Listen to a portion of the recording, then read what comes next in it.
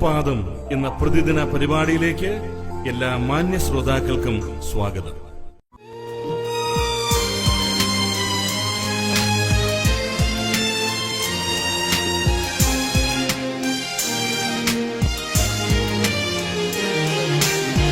മാറാത്ത സ്നേഹിതൻ മാനവേൽ തന്നിരു മാറിടം ചാരിടും ഞാൻ ദിനവും പാരിടമാകവേ ആറിടം നേരവും ചാരിടാൻ തന്നിരു ആറിടമാ.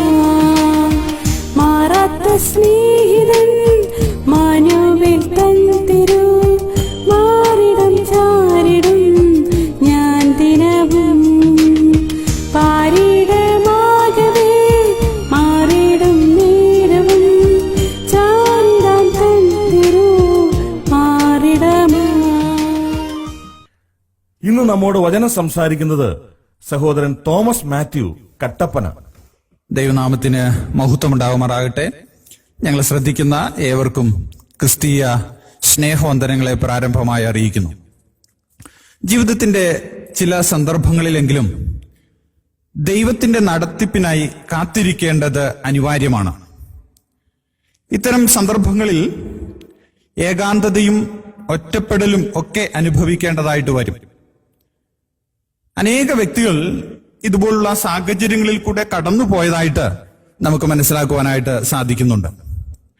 കർത്താവിനോട് ചേർന്ന് നിൽക്കുകയും ദൈവമേ അവിടുന്ന് എന്നെക്കുറിച്ച് എന്താണ് ആഗ്രഹിക്കുന്നത് എന്ന് എന്റെ ജീവിതത്തിൽ വെളിപ്പെടുത്തി നൽകണമേ എന്നുള്ള താല്പര്യത്തോടെ ദൈവസന്നിധിയിൽ ഇരിക്കേണ്ടതും ഏത് വിശ്വാസിക്കും സാധിക്കേണ്ടതായ ഒരു കാര്യമാണ്.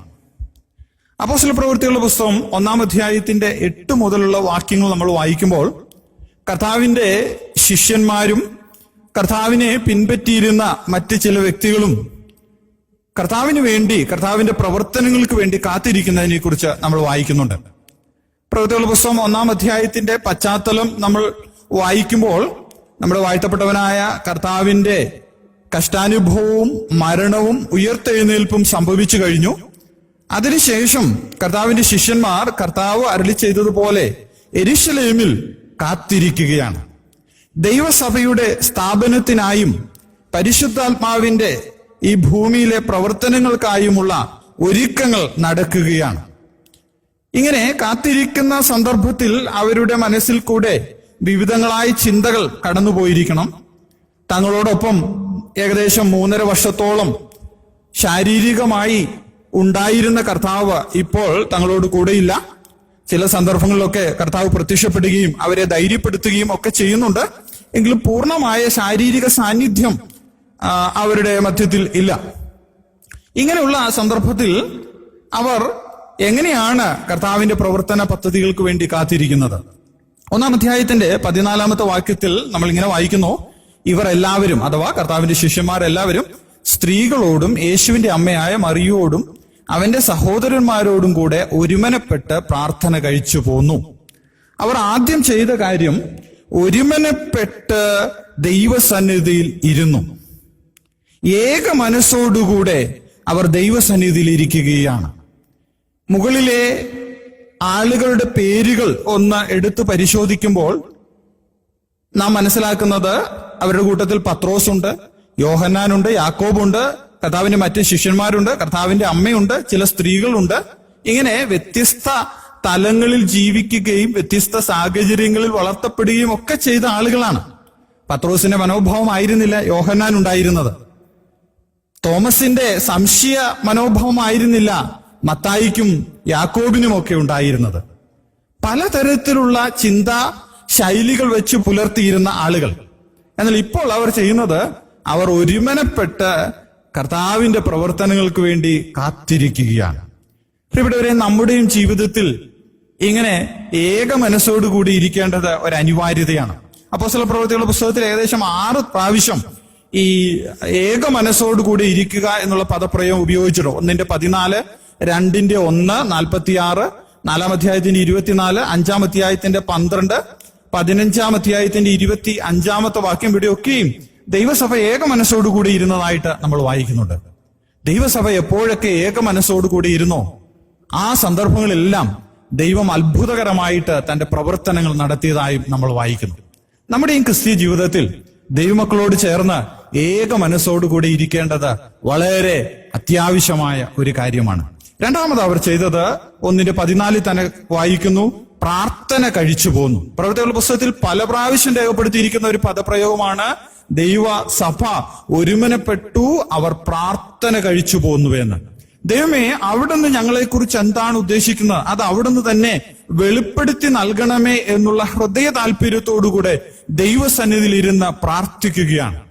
എപ്പോഴൊക്കെ ദൈവസഭ പ്രാർത്ഥിച്ചോ അപ്പോഴൊക്കെയും അത്ഭുതകരമായ ദൈവപ്രവൃത്തികൾ കാണുവാനായിട്ട് അവർക്ക് സാധിച്ചിട്ടുണ്ട്. പത്രോസ് കാരാഗ്രഹത്തിലായിരുന്നപ്പോൾ അവർ പ്രാർത്ഥിച്ചു. ദൈവത്തിന്റെ ദൂതൻ കാരാഗ്രഹവാതിൽ തുറന്ന പത്രോസിനെ പുറത്തേക്ക് കൊണ്ടുവന്നു. അപ്പോസ്തലനായ പൗലോസിന്റെ വികാരനിർഭരമായ പ്രാർത്ഥന പ്രവൃത്തികളുടെ പുസ്തകം 20-ാം അധ്യായത്തിൽ നമ്മൾ വായിക്കുന്നുണ്ട്. അതുപോലെ തന്നെ മറ്റു പലരുടെയും പ്രാർത്ഥന നമ്മൾ വായിക്കുന്നുണ്ട്. അവിടെയൊക്കെയും ദൈവം പ്രവർത്തിച്ചതായിട്ടും നമ്മൾ വായിക്കുന്നു. അപ്പോൾ ഒന്നാമത് അവർ ഒരുമനപ്പെട്ടിരുന്നു, രണ്ടാമത് അവർ പ്രാർത്ഥന കഴിച്ചു പോന്നു. മൂന്നാമത്തെ കാര്യം 1-ാം അധ്യായത്തിന്റെ 25-ാമത്തെ വാക്യത്തിൽ നമ്മൾ വായിക്കുന്നു, ഈ ഇരുവരിൽ ഏവനെ നീ തിരഞ്ഞെടുത്തിരിക്കുന്നു എന്ന് കാണിച്ചു തരണമേ. കർത്താവിന്റെ ഇഷ്ടം അന്വേഷിക്കുകയാണ്. യൂദാസിന് പകരമായിട്ട് 12-ാമത്തെ അപ്പോസ്തലനായിട്ട് ആരെയാണ് ദൈവം തിരഞ്ഞെടുത്തിരിക്കുന്നത് എന്ന് കാണിച്ചു തരണമേ എന്നാണ് അവർ ദൈവസന്നിധിയിൽ അപേക്ഷിക്കുന്നത്. ഏകാന്തമായ ജീവിതത്തിന്റെ സന്ദർഭങ്ങളിൽ ഏറ്റവും അനിവാര്യമായ ഒരു പ്രാർത്ഥനാ ശബ്ദമാണ്, കർത്താവേ, അങ്ങയുടെ ഇഷ്ടം അതെനിക്ക് വെളിപ്പെടുത്തി നൽകണമേ. ഞാൻ ഈ സാഹചര്യങ്ങളിൽ കൂടെയൊക്കെ കടന്നു പോകുന്നു കർത്താവേ, എനിക്ക് സ്വയം തീരുമാനമെടുക്കുവാൻ സാധിക്കുന്നില്ല. അങ്ങ് എന്നെക്കുറിച്ച് എന്താണ് ഉദ്ദേശിക്കുന്നത്? എന്റെ ജീവിതത്തിന്റെ മേഖലകളിൽ ഞാൻ എന്ത് തീരുമാനങ്ങളാണ് എടുക്കേണ്ടത്? അത് അവിടുന്ന് തന്നെ വെളിപ്പെടുത്തി നൽകണമേ എന്നുള്ള പ്രാർത്ഥന, ആ കർത്താവിന്റെ ഇഷ്ടത്തിനു വേണ്ടിയുള്ള അന്വേഷണം ദൈവമക്കളുടെ ജീവിതത്തിൽ ഉണ്ടാകേണ്ടതാണ്. അതുകൊണ്ട് പ്രിയപ്പെട്ടവരെ, നമ്മുടെയും ജീവിതത്തിന്റെ പ്രതികൂലങ്ങളായ സന്ദർഭങ്ങളിൽ കൂടെ നമ്മൾ കടന്നു പോകുമ്പോൾ ഏകാന്തതയും ഒറ്റപ്പെടലും രോഗവും പ്രയാസങ്ങളും ഒക്കെ അനുഭവിക്കേണ്ടതായിട്ട് വരുമ്പോൾ നമുക്കും ഈ മനോഭാവം ഉണ്ടാകട്ടെ. ഏക മനസ്സോടുകൂടി ഇരിക്കുക, പ്രാർത്ഥന കഴിച്ചു പോരുക, കർത്താവിന്റെ ഇഷ്ടം അന്വേഷിക്കുന്ന ഒരു താല്പര്യം ഉണ്ടാകുക. അങ്ങനെ ചെയ്യുമ്പോൾ നമ്മുടെ ജീവിതം അർത്ഥവത്തായി തീരും. ദൈവം നമ്മളെ മാനിക്കും. അതിനുവേണ്ടി നമുക്ക് ഒരുങ്ങാം. കർത്താവ് നമ്മെ ഏവരെയും സഹായിക്കുമാറാകട്ടെ. മാറാത്ത സ്നേഹിതൻ മാനവേൽ തൻ തിരു